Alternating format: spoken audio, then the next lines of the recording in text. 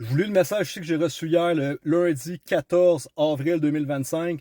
Bonjour Maxime, je sais que tu n'as aucun intérêt à répondre à mes messages, mais je voulais simplement te dire que j'ai été, tout comme toi, dans la police durant 20 ans, moi en France. Je suis parti immigrer au Québec depuis 2018. Je me suis battu contre l'État français juridiquement et je suis fier de l'avoir fait. Ce qui arrive au Canada, c'est arrivé depuis 1981 en France. Ça m'a convaincu pour quitter ce pays et mon métier. Je suis reconnaissant pour ce que tu fais pour nous ouvrir les yeux. Alors, je te souhaite une bonne continuation. Donc, je vais vous continuer à vous lire les petits messages qu'il m'a envoyés pour vous parler de la situation en France. C'est exactement qu'est-ce que je cale depuis plusieurs mois déjà.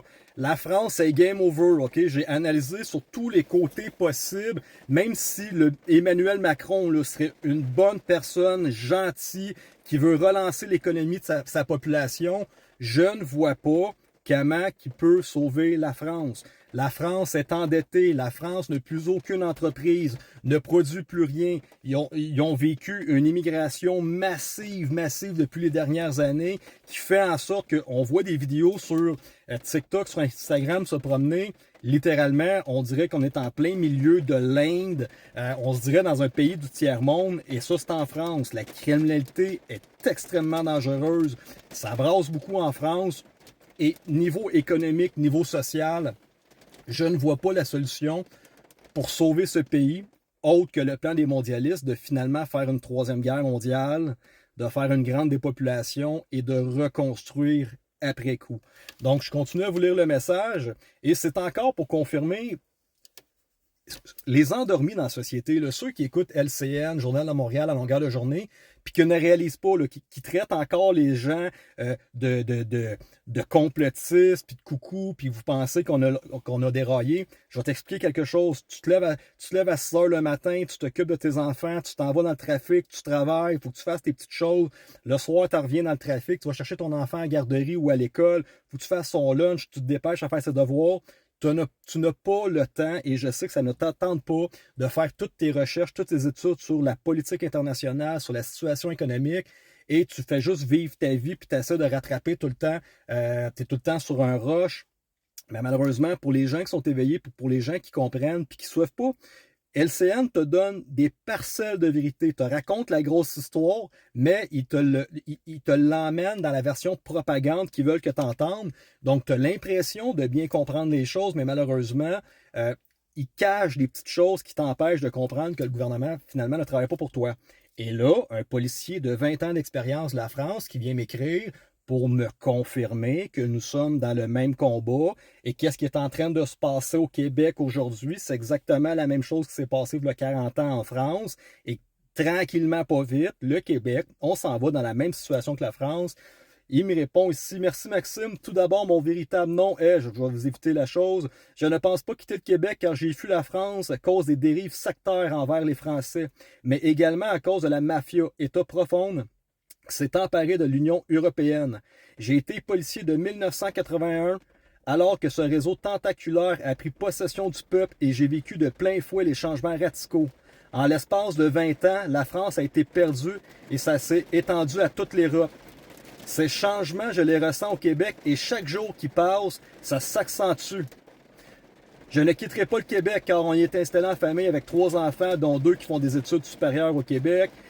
Et aujourd'hui, on est bien installé. Son fils, le plus vieux, c'est un étudiant et son épouse, elle a un métier dans un poste très durable.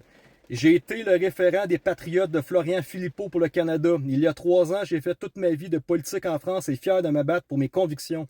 Je priorise la droiture avant tout et j'ai combattu la corruption au sein de la police française d'où j'ai terminé comme enquêteur. 20 ans de bons et loyaux services à avoir été mis à la réforme après avoir été gravement blessé en service. Voilà la France, mais mon éviction a été due au fait de mes opinions et mes pensées. Là, j'ai dit, c'est fou, littéralement tombé. Ils veulent vraiment faire la guerre en France pour le reset. Oui, bien sûr, on a la preuve maintenant et j'ai été témoin personnellement de ce qui s'en vient au Canada. OK? Faites juste imaginer que c'est un Français, 20 ans d'expérience, enquêteur dans la police de la France. Il s'est sauvé de la France pour sa famille, pour avoir un meilleur avenir. Et c'est quelqu'un par expérience qui voit OK? Pour les endormis, les moutons qui suivent le gouvernement, qui vont voter libéral, qui pensent que la CAQ sont bien avec vous. Quelqu'un qui a vécu ce phénomène-là en France vous informe qu'il revoit les mêmes choses se placer.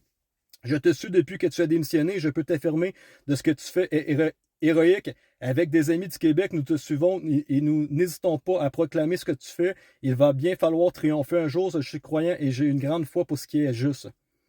Donc, effectivement, ensuite de ça, ils confirment, en effet, nous sommes dans un combat spirituel et leur grande force, c'est justement le grand nombre d'endormis. Nous le savons au fond de nous-mêmes et en plus grand dans nos convictions. Pour nous rappeler un petit bout de l'histoire, en 1940, seuls 7 gamins de 17 à 23 ans ont permis de soulever des milliers de résistants en France, mais je suis plutôt positif car ça commence à bouger.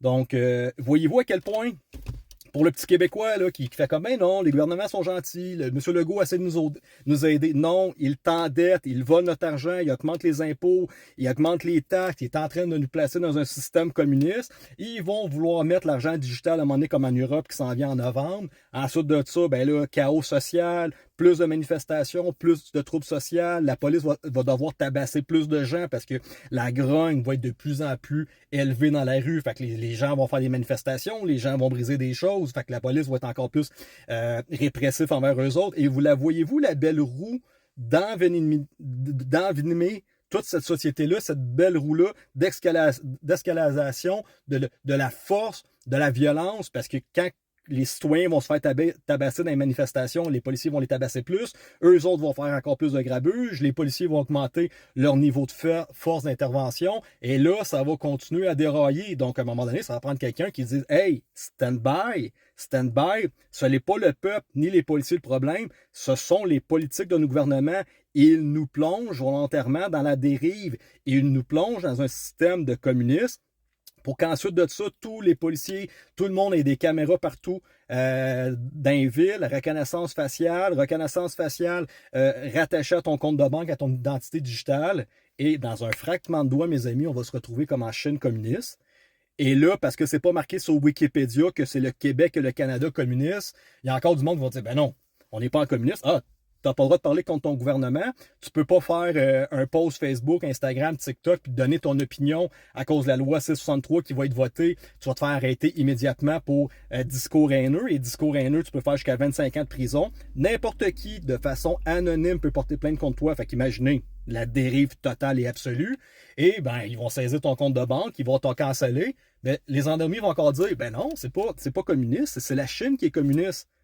Mais je te le dis, l'action, puis dans le système que tu vas vivre, à un moment donné, ça va être marqué dans Wikipédia ou dans Google, le Canada est un système communiste.